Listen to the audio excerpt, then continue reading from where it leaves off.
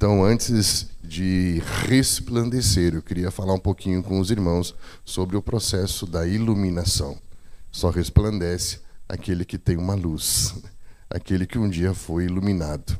E eu queria convidar os irmãos a abrir as Escrituras no livro do Novo Testamento, no Evangelho de João, capítulo 1. No princípio era aquele que é a palavra, ele estava com Deus e era Deus. Ele estava com Deus no princípio. Todas as coisas foram feitas por intermédio dele. Sem ele, nada do que existe teria sido feito. Nele estava a vida, e a vida era a luz dos homens. A luz brilha nas trevas, e as trevas não derrotaram. Surgiu um homem enviado por Deus chamado João. Ele veio como testemunha para testificar acerca da luz, a fim de que por meio dele todos os homens crescem. Ele próprio não era a luz, mas veio como testemunha da luz. Estava chegando ao mundo a verdadeira luz que ilumina todos os homens. Aquele que é a palavra estava no mundo, e o mundo foi feito por intermédio dele, mas o mundo não o reconheceu. Veio para o que era seu, mas os seus não o receberam. Contudo, aos que o receberam, aos que creram em seu nome, deu-lhes o direito de serem feitos, se tornarem filhos de Deus, aos quais não nasceram por descendência natural, nem pela vontade da carne, nem pela vontade de algum homem, mas nasceram de Deus. Aquele que é a palavra tornou-se carne e viveu entre nós. Vimos a sua glória, glória do unigênito vindo do Pai, cheio de graça e de verdade. João dá testemunho dele. Ele exclama: este é aquele de quem falei. Aquele que vem depois de mim é superior a mim, porque já existia antes de mim. Todos recebemos a sua plenitude, graça sobre graça. Pois a lei foi dada por intermédio de Moisés, mas a graça e a verdade vieram por intermédio de Jesus Cristo. Ninguém jamais viu a Deus, mas o Deus unigênito, que está junto do Pai, o tornou conhecido. Aleluia, né? Glória a Deus pela sua palavra. Esse texto ele é muito importante porque ele vai trabalhar com o que nós chamamos de perspectiva. O que é a perspectiva? Perspectiva é o que nós conhecemos hoje na nossa linguagem mais popular como ponto de vista. O que é o ponto de vista? É o lugar de onde você vê. E quando nós falamos de perspectiva, hoje nós temos que tomar muito cuidado, porque nós estamos imersos dentro de uma cultura que tem um ponto de referência da sua visão de mundo centrado no homem, centrado no indivíduo. Nós temos uma tendência a interpretar a vida a partir do momento que vivemos, no momento pessoal, no momento emocional, no momento econômico, político, e nós tentamos ver o todo a partir do momento, mas o todo não cabe no momento. E hoje nós vivemos uma crise de sentido. O que é a crise de sentido? É a incapacidade que o homem tem de ver o quadro geral. Todo ser humano precisa ter uma visão do quadro geral. Por isso que Paulo vai nos falar que sabemos que todas as coisas cooperam para o bem daqueles que amam a Deus, chamados segundo o seu propósito. Sabemos. Esse saber é um saber visionário, é o saber que tem a capacidade de compreender propósito. A palavra propósito é a palavra prótese, que significa juntar as partes para que você veja o todo. Hoje as pessoas vivem um tsunami de acontecimentos em suas vidas e parecem totalmente aleatórios e elas não conseguem encaixar as coisas, então chega à conclusão que a vida não tem sentido. Estão entendendo? Vem uma pandemia, daqui a pouco ele perde um parente, daqui a pouco ele perde a empresa e perde as economias e começa a ver um monte de coisa acontecendo na sua vida e fala, por que está acontecendo isso? Porque ele não tem a visão do todo. Ele só consegue entender o todo a partir do momento que ele está vivendo. E o propósito de Deus não cabe no seu momento, mas o seu momento cabe no propósito de Deus. Por isso, a primeira coisa que precisamos entender para que sejamos iluminados é que o Evangelho tem o poder não só de nos chamar para fora das quatro paredes, chamada a igreja, mas nos chamar para fora de nós mesmos.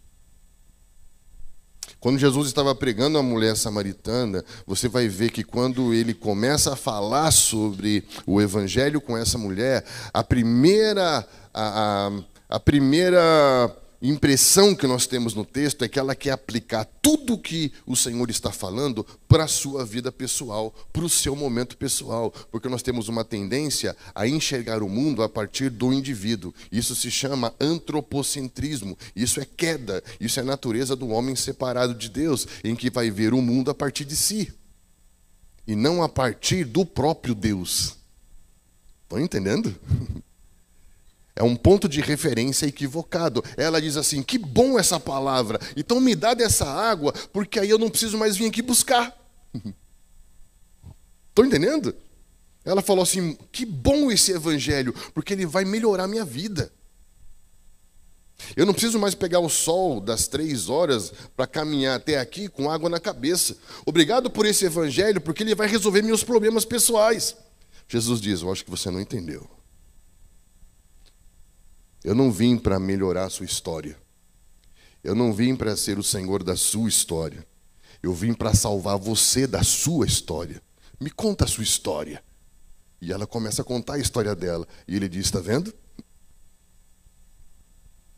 Teve 5 maridos, o que está não é seu, eu sou o 7º, porque o 7º é a perfeição e todo no poço. Isaac encontrou Rebeca, Jacó, Raquel é o poço casamenteiro. Eu vim aqui para restabelecer a aliança com um povo chamado samaritano. O que eu estou fazendo não tem a ver com você, tem a ver com algo muito maior que você. Uau! Estão entendendo? Ela não conseguia ver o que o Senhor estava fazendo. Como que nós vamos resplandecer se não conseguimos ver o que o Senhor está fazendo?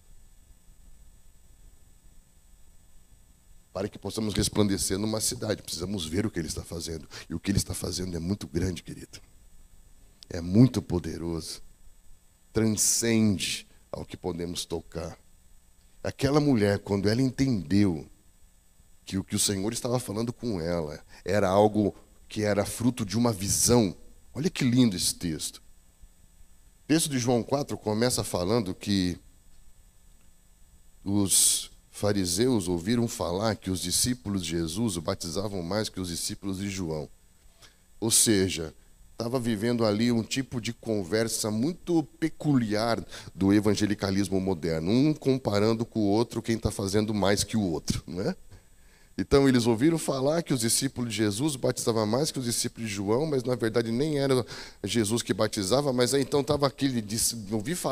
ouvi dizer que alguém disse, Jesus se viu no meio dessa confusão e ele sai. Se você quer encontrar Jesus, ele não vai estar no meio da confusão. Estão entendendo? Porque no meio da comparação existe competição.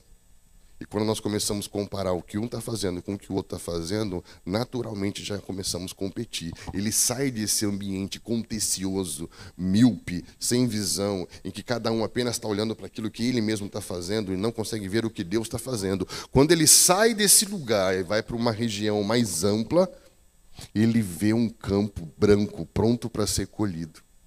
Estão entendendo? Ele não encontrou com aquela mulher samaritana por acaso. Nada do que Jesus fazia era por acaso, querido. Nada era acidental. Ele viu algo e ele falou, eu preciso entrar nesse lugar. E ele viu naquela mulher uma mulher de acesso para entrar naquele lugar. Quando nós entendemos o que Deus está fazendo, cada um de nós pode se tornar uma pessoa de acesso para aquilo que Deus pode fazer num lugar. Já parou para pensar nisso? Qual é a estação que essa cidade está vivendo?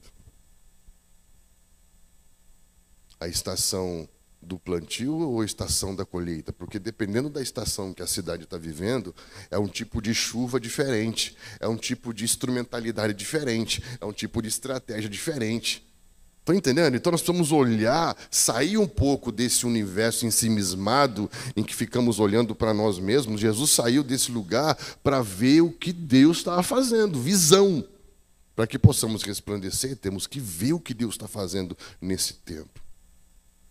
E se Dracena está como um campo branco pronto para ser colhido, querido?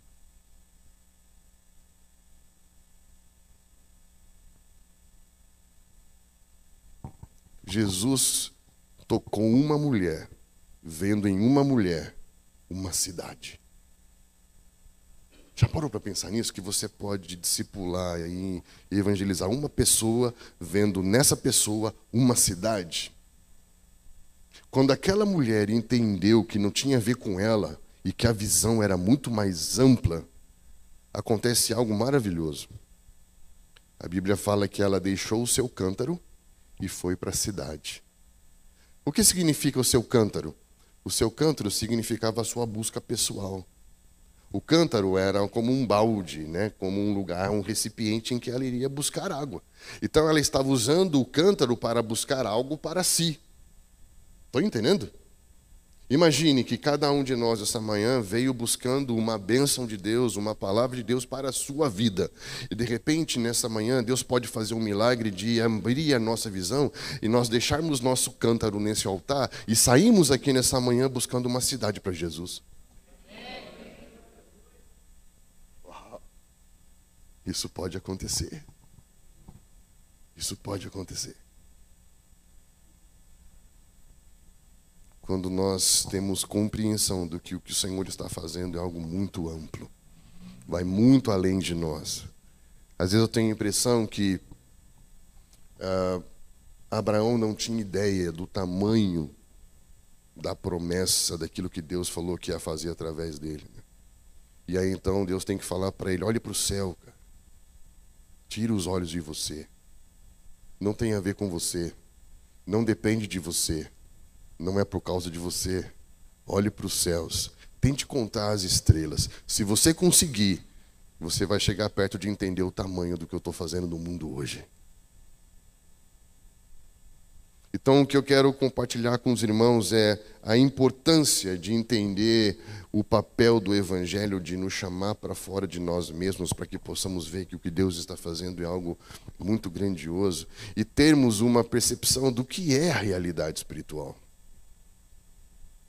Esse texto aqui, ele concorda com os evangelhos quando eles vão nos mostrar que a nossa visão do evangelho, ela tem que ser uma visão construída a partir do princípio e não a partir da expectativa do indivíduo. Por exemplo, Mateus, ele tem a missão de apresentar o Messias a um público específico, aos judeus, aos hebreus. E é interessante que ele vai começar o evangelho com a sua genealogia a partir de Abraão. Por quê? Porque ele vai mostrar para esses irmãos que o Messias, ele não vem para responder à expectativa momentânea, sociopolítica e econômica que eles tinham naquela época de libertação do Império Romano. Estão entendendo? Quando eu espero que algo aconteça a partir do momento que eu estou vivendo, eu limito o plano, o propósito e a essência do próprio Evangelho. Jesus não veio para corresponder à expectativa da libertação do Império Romano. Ele veio para cumprir a promessa que foi feita a Abraão. Por isso que ele começa apresentando o Evangelho não a partir da expectativa do povo de ter um libertador político. Estamos juntos? Mas a partir do princípio. Quando que o povo hebreu nasceu? Nasceu a partir do seu progenitor Abraão. Abraão é o pai. Ele é o patriarca. Então, a partir de Abraão, nasce uma família cujo nome Jacó agora é Israel, e de Israel nasce um povo, uma nação, que Deus chama como meu povo. Então, a história dos hebreus começa com Abraão. Por isso que a genealogia de Mateus começa de Abraão. Ele está dizendo: ei, tira os olhos do seu momento, presta atenção no que eu vou falar agora.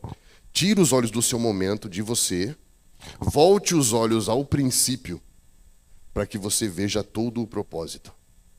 Eu vou falar de novo. Tire os olhos de você, do seu momento, da sua expectativa. Volte os olhos para o princípio, Abraão, que você vai entender todo o propósito. Cristo veio para cumprir todo o propósito e não para responder à expectativa do momento. Precisamos entender algo, que Deus não tem nenhum compromisso com a sua expectativa, mas Ele tem todo o compromisso com a sua promessa. Porque a expectativa é sua e a promessa é dele.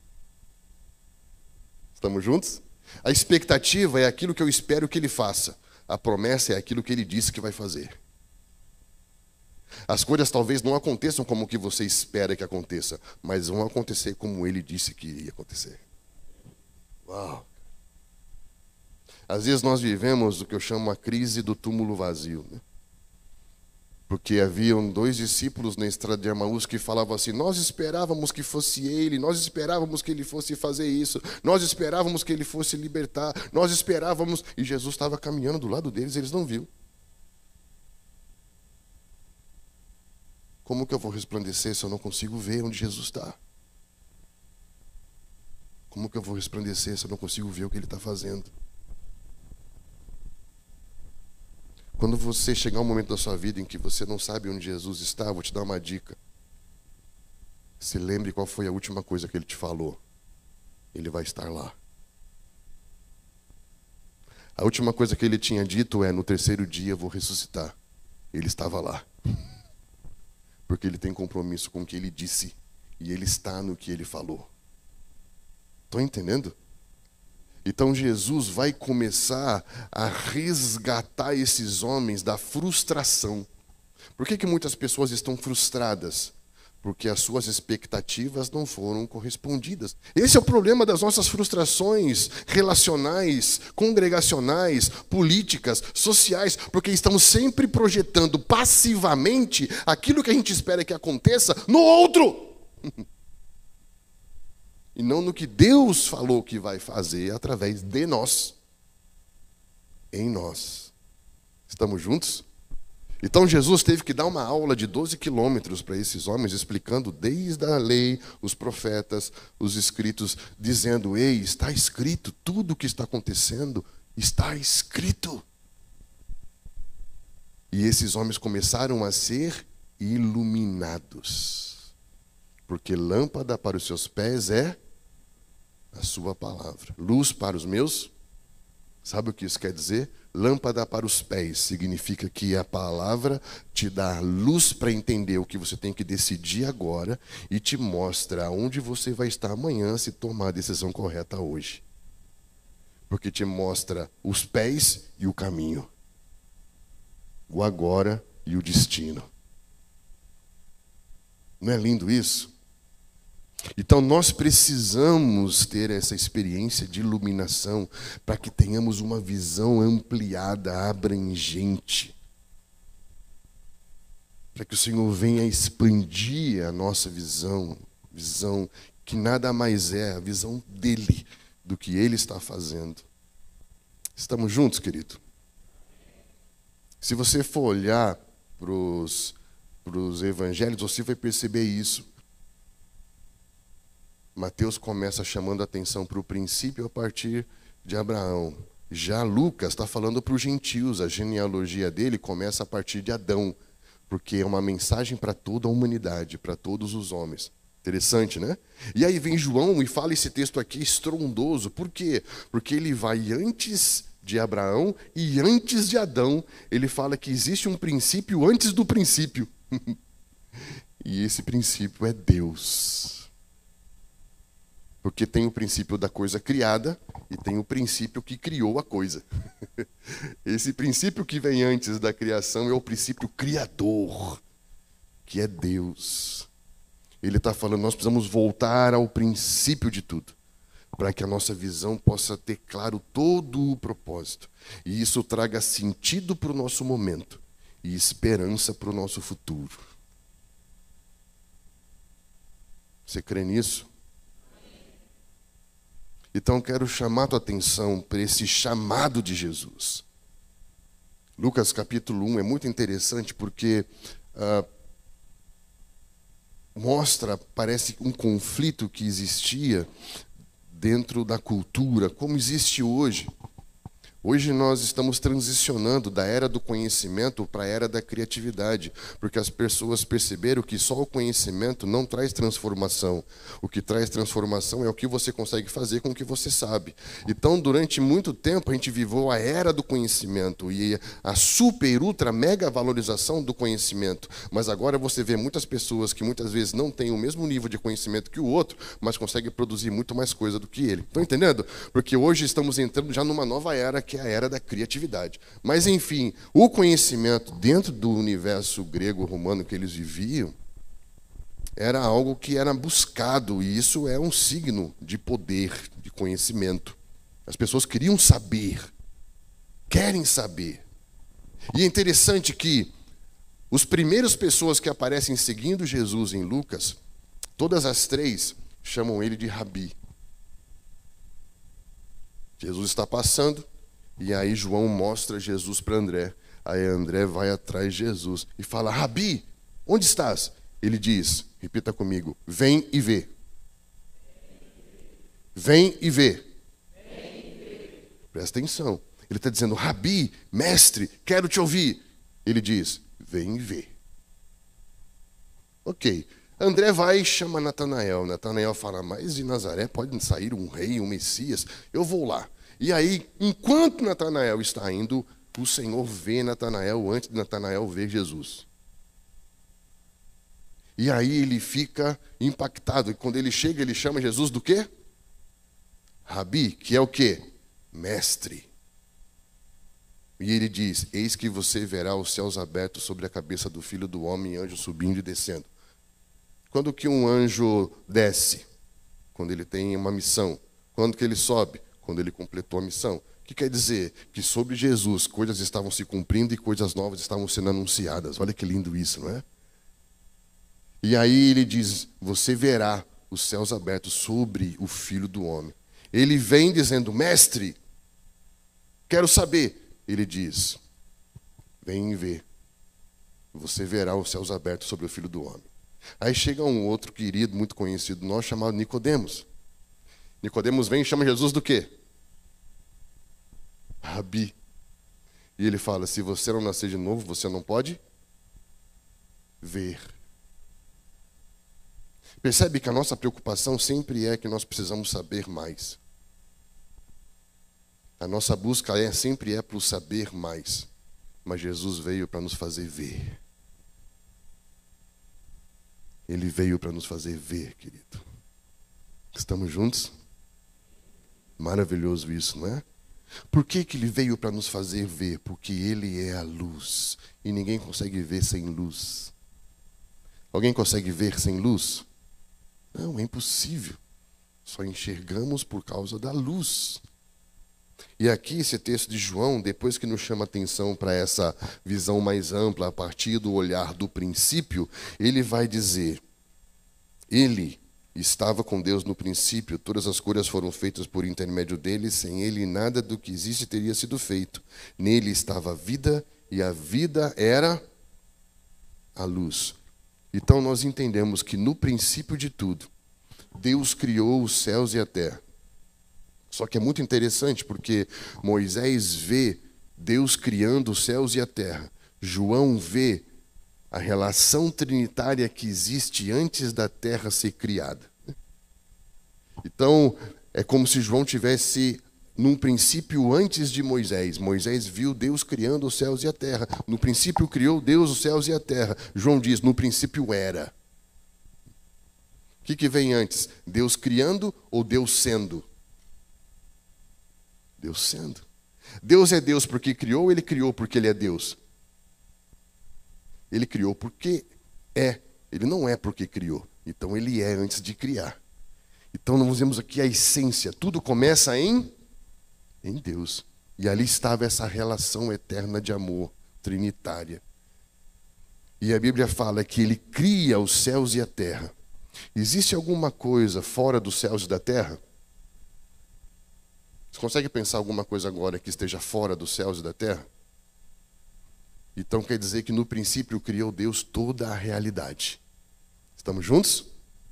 Criou a realidade. E ele diz, haja luz. Antes de criar o sol, haja luz. Na Torá, no hebraico, diz, seja a luz.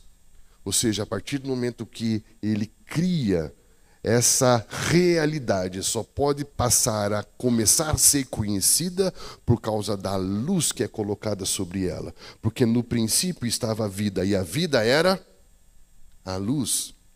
Quando nós entendemos que Jesus é a imagem do Deus invisível e que nós fomos predestinados para ser conforme a imagem de Jesus como seu filho, você vai entender que Jesus é toda a expressão da glória de Deus, como diz Hebreus capítulo 1. Toda a expressão, toda a glória de Deus está no seu filho. E quando ele se relaciona com Deus na viração do dia, quem é que está ali com ele?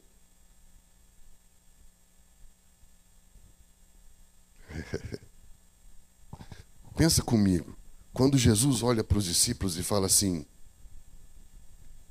eu não chamo mais vocês de servos, porque o servo não sabe o plano do seu Senhor.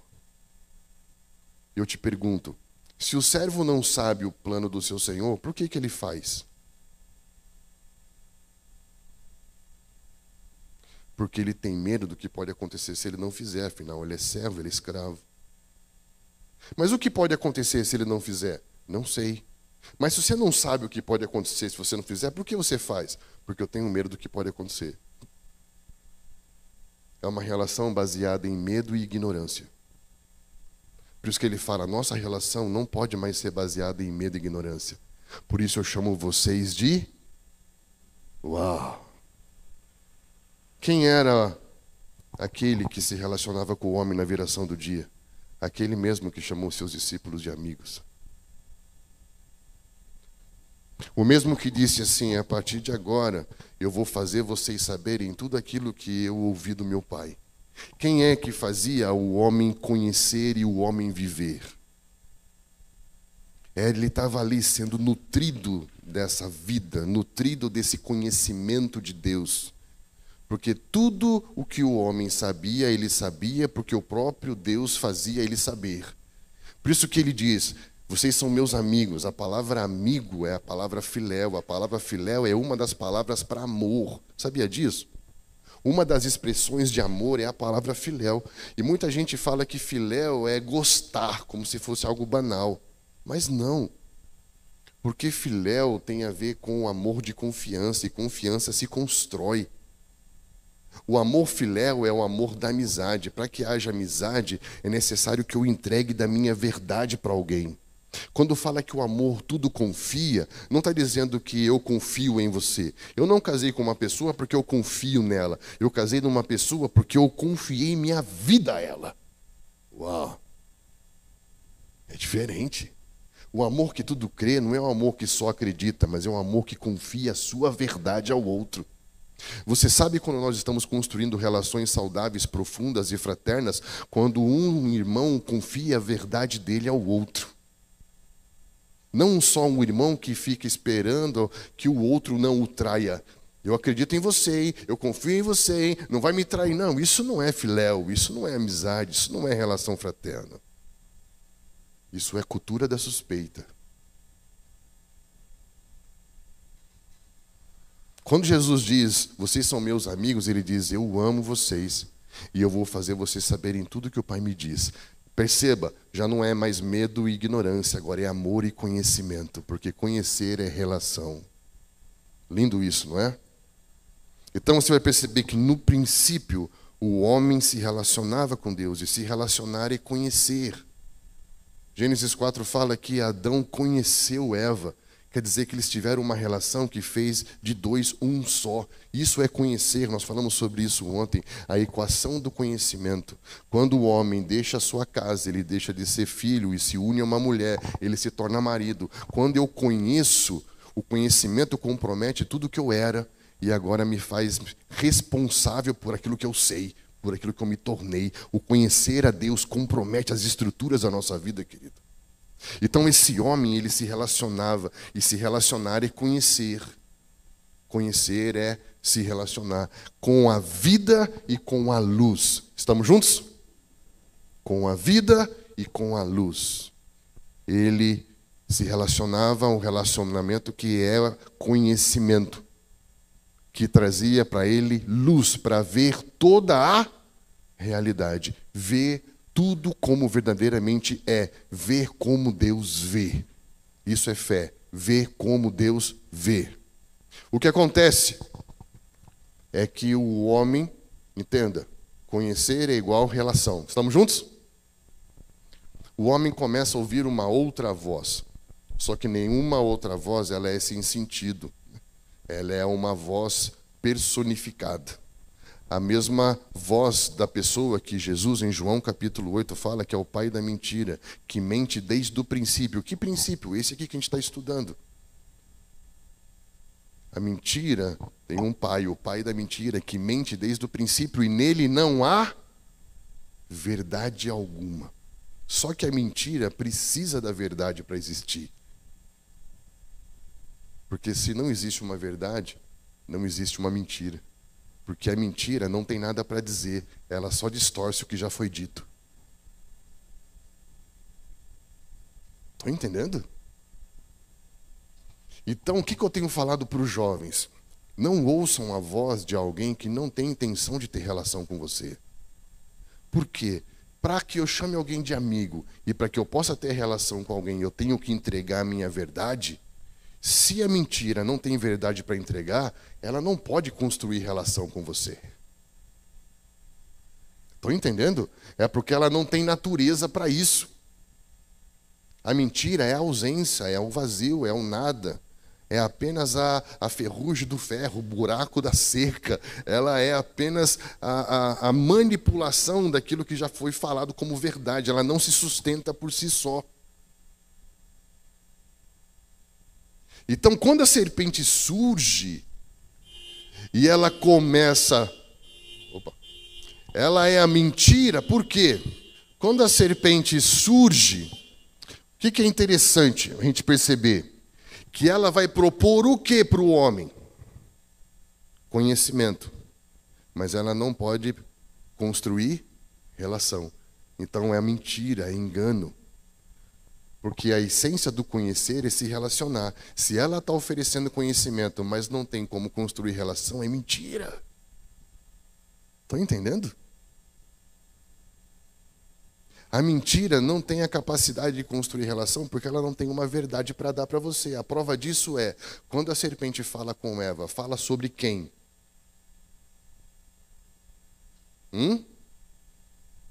Fala sobre Deus. Porque ela não tem nada para falar sobre si. Ela é mentira. Mentira não tem o que dizer sobre ela mesma. Ela sempre vai procurar o que falar sobre o outro. Então, cuidado com alguém que vem construir uma relação com você falando de outro. Porque é o atalho para se construir relacionamentos. Ao invés de eu entregar a minha verdade para construir uma relação com você, a mentira não constrói relações, mas ela se coloca entre as relações. Por isso que o nome dele é Satanás, que significa inimizade, se coloca entre as relações. Então Satanás não vem para construir uma relação com o homem, ele vem para separar as relações do homem. Como? Colocando mentira entre as relações. Estamos juntos? Quando o homem troca a verdade pela mentira, a Bíblia fala que ele perde a relação, ele quebra a relação. Ele quebra a relação com aquele que é a vida e aquele que é a luz. A vida e a luz são a mesma pessoa. Estamos juntos?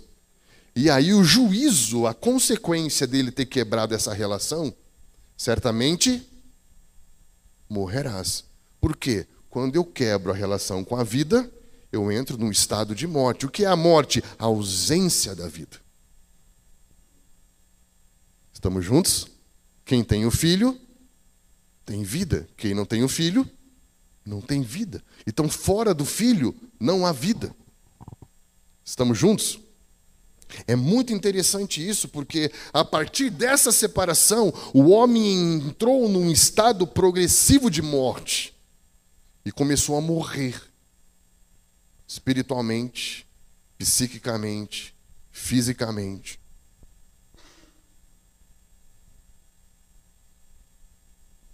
Por meio de um homem entrou o pecado e o pecado trouxe a morte.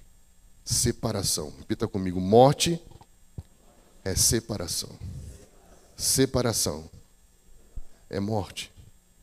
Deus criou para que tudo se relacione nos céus e na terra. Sempre quando algo se separa, somos invadidos por algum sentimento de morte. Então, quando esse homem entra nesse estado de ausência, mesmo ele vivendo, é um homem condenado. O exemplo disso é Caim. Deus não matou Caim, mas condenou Caim à morte, colocou uma marca na vida dele, e ele se transformou num fugitivo errante, num andarilho. Nós, em Cristo, por meio das promessas a Abraão, somos peregrinos. Peregrinos é aqueles que estão indo para casa. Andarilho é sempre aquele que está fugindo de casa. Percebe a diferença? Então Caim se transformou num andarilho, fugindo da morte, e construiu uma cidade para se esconder da morte. O que impera na cidade dos homens? O sentimento de morte. Olhe para as nossas casas, olhe para as nossas grades, olhe para os nossos alarmes que disparam. Nós estamos sempre nos protegendo porque temos medo da morte. É a cidade de Caim, que é um homem que vive, mas sobre ele está uma condenação. Estão entendendo? É isso que a humanidade ainda não percebeu. Nós vivemos, mas não sabe que, na verdade, somos todos condenados. Cristo veio para destruir aquele que tem o poder da morte, para que as pessoas não estejam sujeitas a ser escravas por toda a vida, por causa do medo da morte. Então esse homem começa a experimentar a morte porque ele se separa da vida. Só que quando ele se separa da vida, ele também se separa do quê? Da luz. Muito bem. Também se separa da luz. E olha o que está escrito em Romanos capítulo 1.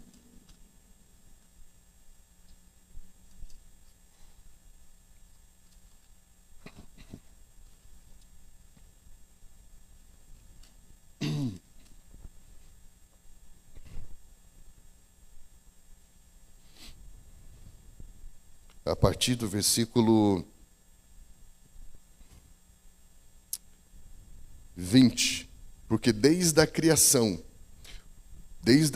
do mundo, os atributos de Deus invisíveis, os atributos invisíveis de Deus, seu eterno poder e a sua natureza divina, têm sido vistos claramente, sendo compreendidos por meio das coisas criadas, de forma que tais homens são indesculpáveis, porque tendo conhecido a Deus, não o glorificaram como Deus, nem lhe deram graças, mas os seus pensamentos se tornaram fúteis e o seu coração insensato, quê?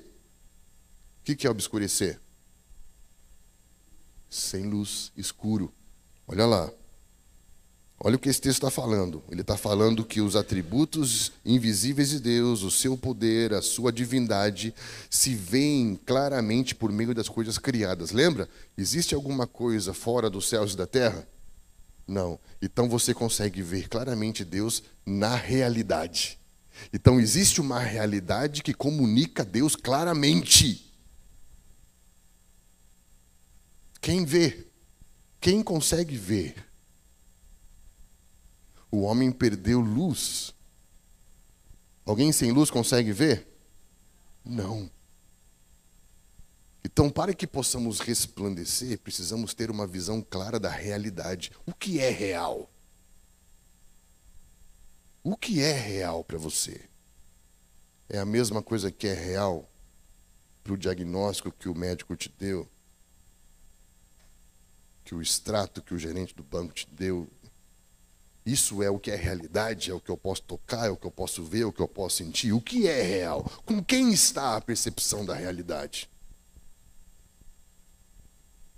Aqui fala que nós podemos ver claramente os atributos de Deus. Por quê? Porque Deus é. Deus criou e Deus expressa o que Ele é naquilo que Ele criou. Você não vê Deus totalmente, mas você vê Deus claramente. Isso nós chamamos de revelação geral.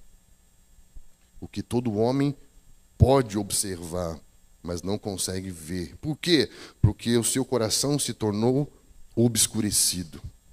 O seu conhecimento se tornou vazio, sem propósito.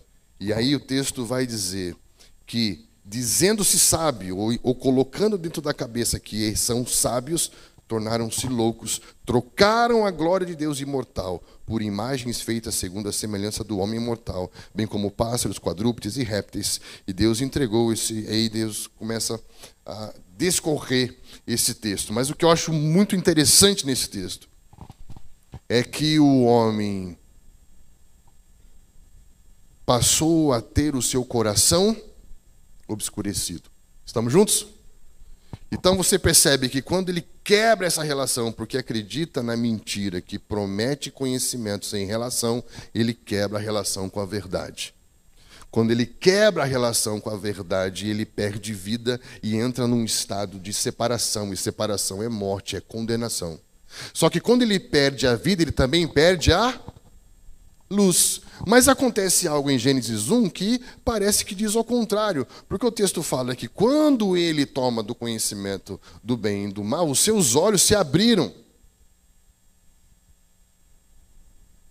Quando você lê seus olhos se abriram, não dá uma impressão de que ele começou a ver? É ou não é? Mas o que quer dizer? Presta atenção. Até então, ele via a partir da luz do conhecimento. Porque conhecimento é relação, ele se relacionava com o Filho de Deus, que é a vida e a luz que estava no princípio. Estão entendendo? Ele se relaciona com a vida e a luz, então eu vejo a realidade a partir da luz do conhecimento de Deus. Estamos juntos? Essa verdade, ela brilha, ela é luz e eu vejo a partir dela.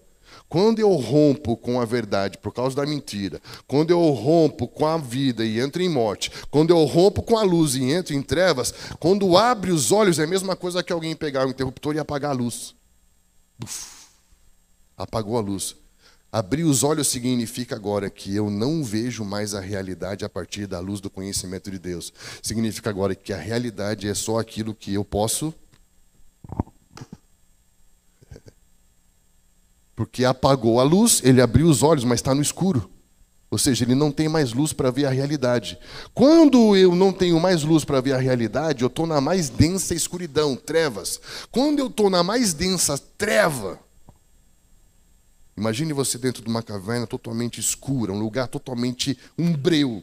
Qual que é a única coisa que você sabe que é real no meio da maior escuridão? Você mesmo. Porque você não vê nada, você só sabe que você está livre. É ou não é?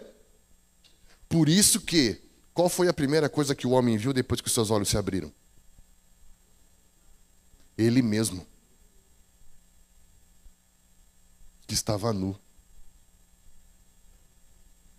Nu porque estava sem roupa ou nu porque estava sem glória? Nu porque estava sem veste ou nu porque estava sem luz? Estão entendendo, querido? Aí nasce o que nós chamamos de idolatria. Por quê? Porque quando eu estou no escuro, a única coisa que eu sei que é real sou eu. Estamos juntos? E como eu não consigo ver nada além de mim mesmo e meus sentimentos, eu ouço o som da presença, mas eu já não vejo como Deus é. Mas eu projeto Deus a partir do que eu estou sentindo. Então eu tenho medo e me escondo. Percebe? A relação que ele tem com Deus já não é mais por causa da revelação de quem Deus é, mas é por causa do que ele sente sobre Deus. E o que ele sente é vergonha. Eu senti vergonha. Então a relação dele com Deus está baseada agora não mais em quem Deus é, mas no sentimento dele. Porque ele está no escuro, não tem luz para ver Deus. Estão entendendo? Agora é o próprio Deus que tem que, por meio de Cristo, vir acender a luz dentro do coração dele, para que ele possa ver a realidade nova. Então eu pergunto, com quem está a realidade?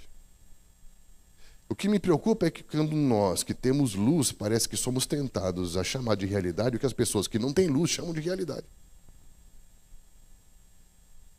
Por quê? Porque dá para tocar. Ei!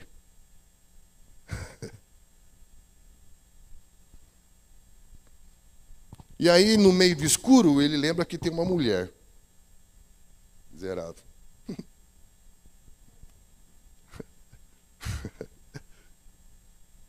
Interessante que agora ele não vê mais a mulher como ele via quando via a partir da luz da presença de Deus que apresentou a mulher para ele. Agora ele vê a mulher a partir da sua escuridão. E na escuridão eu não vejo, mas eu sinto. E o que eu sinto é, eu tenho que me livrar dessa enrascada.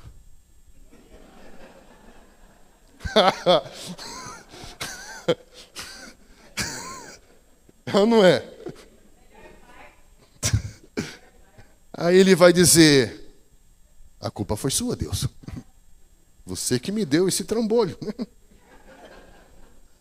Cara, mas ele tinha falado outra coisa quando ele estava na luz. Estão entendendo? Ele não está mais vendo a realidade. Ele está chamando de realidade aquilo que ele sente. Mas o que ele sente não é a realidade.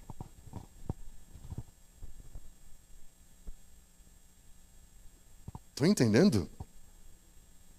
Todas as relações do homem são afetadas porque esse homem não consegue ver mais nada como é de verdade. Ele não sabe mais quem ele é de verdade. Ele se perdeu do seu verdadeiro eu. Ele se perdeu do verdadeiro Deus. Ele se perdeu da verdadeira relação com as pessoas. É um homem que está agora no escuro.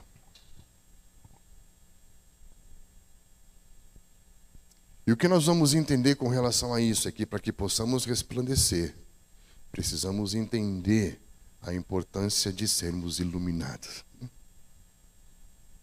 Por isso que Deus, durante a história, Ele vem trazendo entendimento progressivo, se revelando progressivamente, até que toda a sua glória se revele no seu Filho, até que a luz que estava no princípio esteja entre nós de novo. Yeah! Que lindo! A vida e a luz estavam no princípio. A vida e a luz estavam aqui. E vimos a sua glória. O que é glória? A palavra glória nas Escrituras, ela está sempre associada com brilho, esplendor, majestade. Por exemplo, Salmo 19:1, os céus proclamam a glória de Deus, o firmamento, que tem a ver com astros, com brilho, com luz. Salmo 57:5, se exaltado ao Deus acima dos céus e toda a terra esplenda tua glória. Depois nós vemos Salmo 104:1, tu és magnificente, sobrevestido de glória e majestade, coberto de luz como um manto. Salmo 108:1, se exaltado acima dos céus e a terra esplenda a sua glória, em suas obras a glória e majestade. E nós vemos que o texto de Apocalipse, capítulo 21, versículo 23, a cidade eterna não precisa nem de sol nem de lua para que tenha claridade, pois a glória de Deus a iluminou, e o Cordeiro é a sua lâmpada. Olha que lindo isso. Então, quando você fala de glória, você está falando de esplendor, brilho, majestade. Teologicamente, se acredita que a glória não seria um dos atributos, mas seria o esplendor do Deus como um todo o esplendor dele. Por isso que a glória de Deus ilumina a eternidade e o seu Filho é a sua lâmpada. Nós falamos um pouquinho sobre isso ontem. É como se a glória de Deus fosse a energia bruta. Sabe aquela energia bruta, mortífera? Por isso que quando Moisés fala, me mostra a sua glória, ele fala, peraí, vamos dar um jeito de fazer isso acontecer sem que você não morra. Porque a glória de Deus é energia bruta. Aí você pega aquela energia das cataratas do Iguaçu, do Niágara, e aí você vai usinar aquela energia até que ela chegue no interruptor da sua sala. Aí você acende a lâmpada, você vê, mas essa luz não te mata. Estão entendendo? O que Deus falou? Pega aqui, Moisés, eu vou colocar você atrás dessa rocha. Estamos juntos? Hoje a gente sabe que essa rocha tem nome. Quem é? Eu vou mostrar para você um aspecto da minha glória, um atributo da minha glória, e coloca ele atrás da rocha, e ele vê a glória de Deus passar através de Jesus. Lindo isso, não é? E Deus revelou a bondade, porque era isso que Moisés precisava. Então você vai perceber que a glória é o brilho, é o esplendor, é a majestade. É quando nós começamos a experimentar o processo de iluminação. O que eu quero chamar a atenção para os irmãos nessa manhã é que, para que nós possamos resplandecer, nós precisamos entender a dimensão grandiosa da fé visionária que Deus nos deu.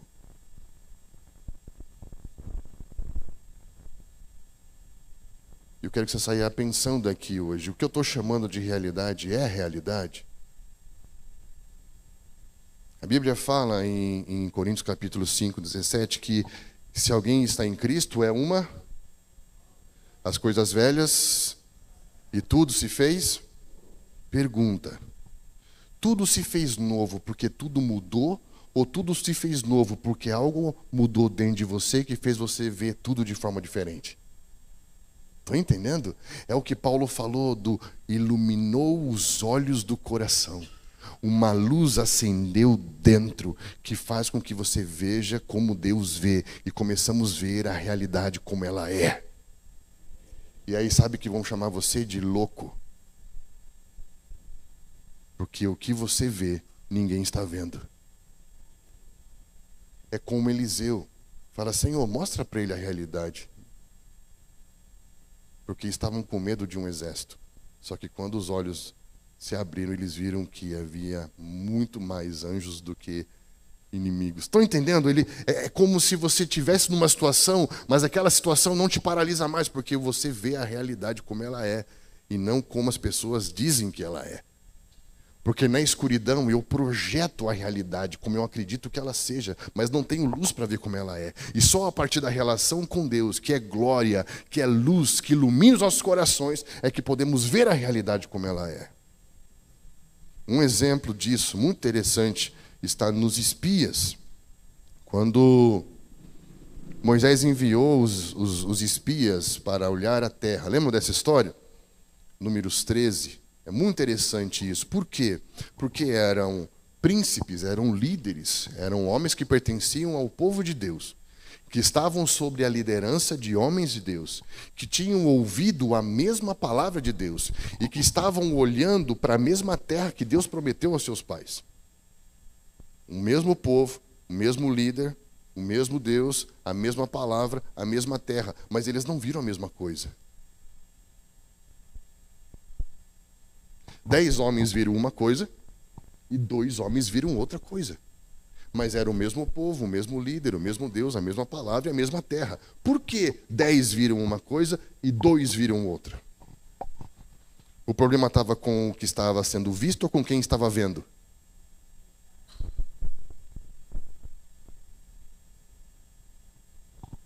Estou entendendo? Qual foi o discurso dos 10 que não creram e que fizeram mais de 1 milhão de pessoas se perderem do propósito de Deus? Qual era o discurso deles? Vão morrer. Por quê? São gigantes. E nós éramos como? Gafanhotos. Pergunta: eles eram gafanhotos? Mas eles se sentiram como? Olha aí, está no escuro. Por quê? Porque eu não vi a partir da luz da palavra, eu vi a partir de como me sinto. E a partir de como eu me sinto, e não a partir da palavra que traz luz para que eu veja, eu chamei de realidade uma coisa que não era realidade. Porque o homem no escuro, ele não consegue ver. Então ele precisa sentir, ele precisa tocar. Por isso que o homem moderno chama que... O que é realidade? A realidade é só o que eu toco, só o que eu sinto, só o que eu experimento. Não, a realidade é o que eu vejo, a partir da luz da palavra de Deus.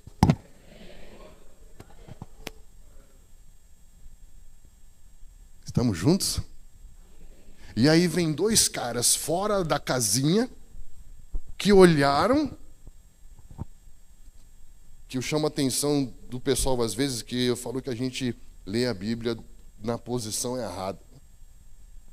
Que a gente lê a Bíblia assim, né? Enfiando a cabeça dentro dela. Mas se ela é lâmpada e luz, eu tenho que ler ela assim. Porque eu não só vejo a palavra, mas vejo através dela. Estão entendendo? Então Josué e Caleb, quando olharam para a terra, eles não olharam a partir da projeção imaginativa do coração obscurecido. Isso é idolatria. É quando eu projeto algo a partir da imaginação do meu coração obscurecido. Mas ele olhou e viu a partir da luz da palavra e diz, é isso mesmo que Deus falou, vamos para cima, velho. Uau. Agora a minha pergunta. Qual discurso foi mais atrativo e pareceu mais real? Daqueles que falam a partir do que sentem ou daqueles que falam a partir do que veem? Olha como é triste isso, né? Milhares e milhares de pessoas preferem chamar de realidade aquilo que sentem do que chamar de realidade aquilo que vê. Que Deus nos ajude, né? A palavra diz em 2 Coríntios, capítulo 4, quero terminar com esse texto, a partir do versículo 3. Mas se o nosso evangelho está encoberto, para os que estão perecendo é que está encoberto. O Deus desta era cegou o entendimento dos descrentes, para que não vejam a luz do evangelho da glória de Cristo, que é a imagem de Deus. Olha que lindo isso, né?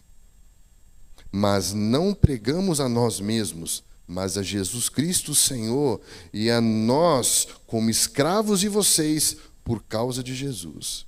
Pois Deus que disse, das trevas resplandeça a luz. Ele mesmo brilhou em nossos corações para a iluminação do conhecimento da glória de Deus na face de Cristo. Aleluia. Aleluia. Querido, nós estamos numa guerra espiritual. Nós não podemos viver nesse mundo como se estivéssemos na Disney, né? Eu acabei voltando uma semana do Egito e num encontro de várias igrejas de vários lugares do mundo para ouvir o que Deus está fazendo no mundo árabe, né? E o que eu mais ouvi nesses dias, o Senhor está acendendo a luz, o Senhor está aparecendo para as pessoas, o Senhor está iluminando os corações, né? O Deus desse século, ele cega o entendimento dos incrédulos. Ele quer que as pessoas permaneçam no escuro, projetando deuses, projetando realidades. Estão entendendo? Nós corremos o risco de criar ídolos. Eu estava falando com os jovens esses dias, que se o seu Deus, ele fala assim, para tudo que você pede, o seu Deus não é Deus, é um amigo imaginário que você criou a partir da projeção imaginativa do seu coração obscurecido. Sabe o que são os ídolos? São as projeções das minhas paixões. Se quando eu busco Deus, esse Deus fala sobre mim e não fala sobre ele, esse Deus não é Deus. Por isso que todas as vezes que esses homens estavam diante de Deus, Deus começava a revelar dos seus atributos: bondade, santidade, glória. Estão entendendo?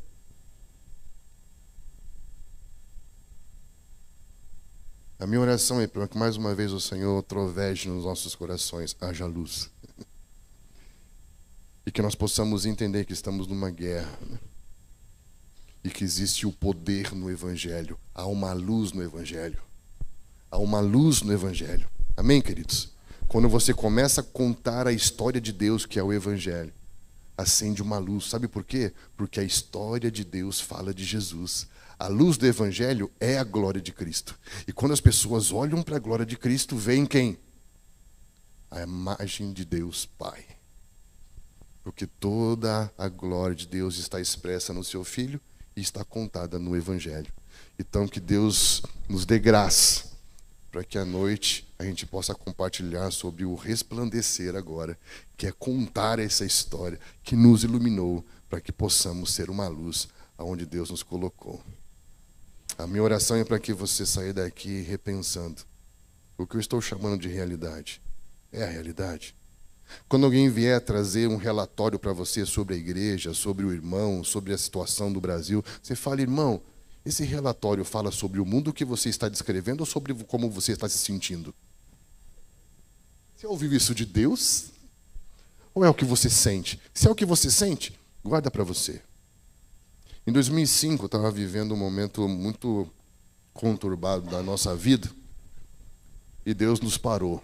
Minha esposa foi atropelada e ela entrou num quadro de politraumatismo craniano com uma quase morte cerebral, ficou 15 dias na UTI. E nesse período turbulento da nossa vida, eu cheguei num momento em que eu tinha que escolher. Ou eu ouvia o que os médicos falavam, ou eu continuava andando naquilo que Deus tinha me mostrado. O que os médicos falavam é que ela não iria sobreviver e que, se sobrevivesse, teria sequelas terríveis e irreversíveis, né? E ela está aí, firme e forte, pregando, ensinando, pastoreando, né?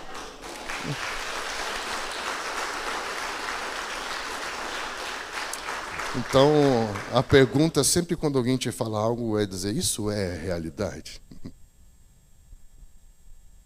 Deixa eu ouvir Deus. Amém, querido?